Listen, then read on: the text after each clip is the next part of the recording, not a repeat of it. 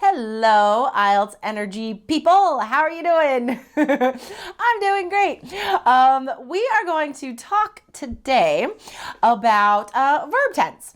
So in a recent Facebook Live broadcast, which happens every Thursday at 12 noon Pacific Standard Time, guys, join the All Ears English Facebook page. That is how you can see our live broadcasts, and all of my past broadcasts are there on the page recorded so you can watch them.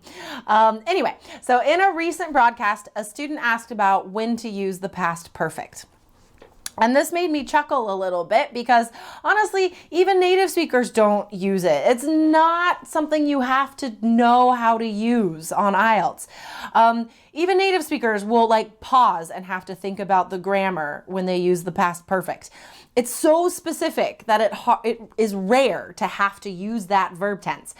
We can't be fancy with verb tense. You can't use past perfect instead of whatever, past simple, because you think it's complicated and fancy. No, it's wrong. Verb tense, there's no choice to be fancy. It's either right or wrong, okay? So really, you just have to know when to use these major verb tenses, all right? Present simple.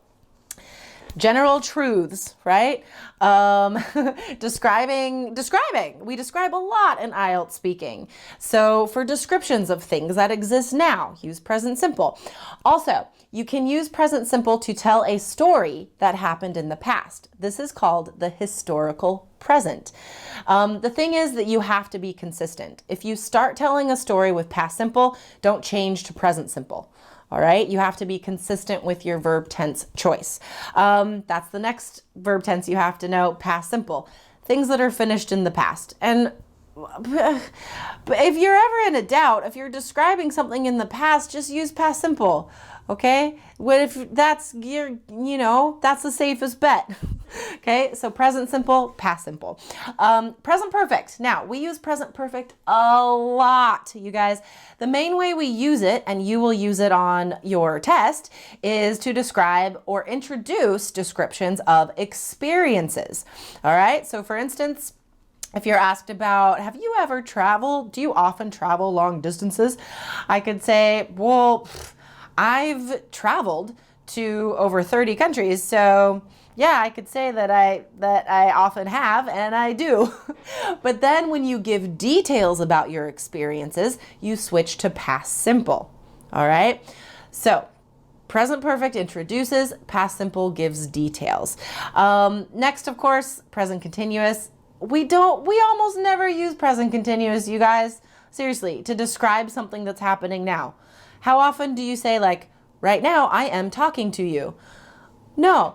How we do use it often is to talk about future plans. So if the examiner says, so what are you doing next? What are you going to do next weekend? You could say, well, I'm seeing a movie with my friends, and then I'm eating out with my parents.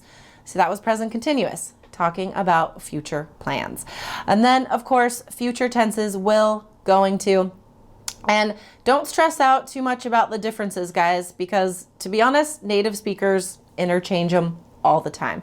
So these little details that you guys worry about as far as grammar and verb tense go, these things are not going to help your score. They're going to waste your time. Instead, focus your time on understanding these verb tenses well, and spend your time increasing the other scoring categories. You guys, don't spend too much time on grammar.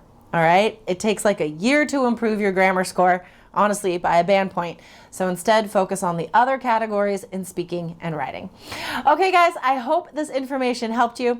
And remember, if you want to get past IELTS this year and you want to be sure you're spending your time in the most effective way possible, get into our course, The 3 Keys IELTS Success System. Go to allearsenglish.com/KEYS. Okay, guys, I'll see you in the next video. Bye.